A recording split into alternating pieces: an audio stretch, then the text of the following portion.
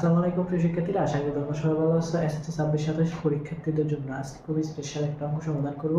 যে অঙ্কটা একটা টেকনিক দেখাবো, শর্টকাট টেকনিক দেখাবো। তুমি 1 মিনিটের আগে কিভাবে অ্যানসার করতে পারবে এমসিকিউ, সেই টাইপগুলো আজকে তোমাদের সাথে আলোচনা করব। সেখানে হচ্ছে যে আমাদের এখানে দেখো পি স্কয়ার ইকুয়াল 13 প্লাস √168 হলো 1/3 এর মান কত।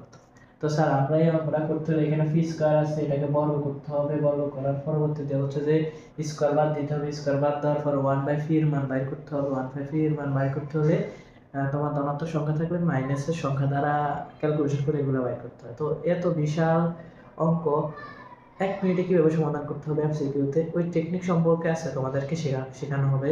তোমরা এখানে একটা জিনিস খেয়াল করবা, রুট ওভার ভিতরে যে সংখ্যাগুলো থাকবে এই সংখ্যা বড় সংখ্যাগুলো সর্বপ্রথম হচ্ছে ভাঙানোর চেষ্টা করবে। তো টেকনিক 1 নাম্বার হচ্ছে রুট ওভারের ভিতরে বড় সংখ্যা দেখলে আগে ভাঙবে। ভাঙবে মানে গুণ আকারে ভাঙানোর চেষ্টা করবে। তো 168 কে ভাঙানোর চেষ্টা করবে এখানে, ঠিক আছে।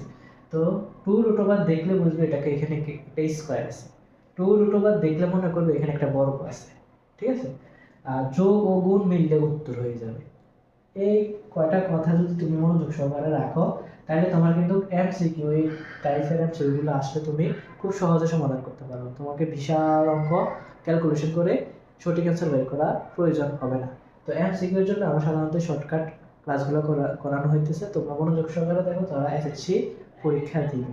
তো এখানে দেখো সমাধান 168 সালে লিখছি। দেখার পর হচ্ছে যে এখানে সাইড 42 হচ্ছে 168।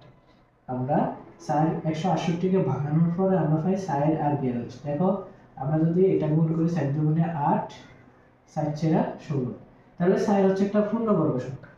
বর্গ সংখ্যা কোনগুলো? একই সংখ্যা দ্বারা গুণ করলে যেগুলো পাওয়া যায়, যেরকম 2 দুগুণে 4, 3 3 9, 4 ছেড়া 16। তো 16 এর বর্গ সংখ্যা, 16 এর বর্গমূল হচ্ছে 4, 9 এর বর্গমূল হচ্ছে 3।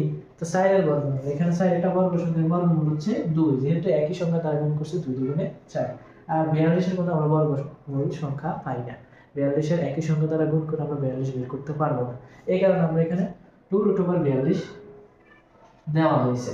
এবার 42 এর ভিতরে আমাদের এখানে যে সংখ্যাটা আছে, সংখ্যাটাকে একটু খেয়াল করতে হবে। এখানে 13 আছে। তো এই 42 এর ভিতরে যে সংখ্যাটা আছে, ওই সংখ্যাটা আমরা গুণ আকারে ভাঙানোর চেষ্টা করি। আমরা জানি 6 7 কত?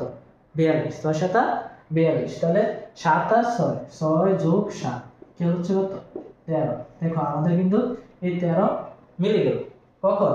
যখন আমাদের বর্গমূল রুট ওভারের ভিতরে যে সংখ্যাটা থাকে, ওই সংখ্যাটা যখন আমরা গুণ আকারে ভাঙাবো, গুণ আকারে ভাঙানোর পর আমরা যোগ বিয়োগ করে দেখবো যে সংখ্যাটা মিলে কিনা, ঠিক আছে।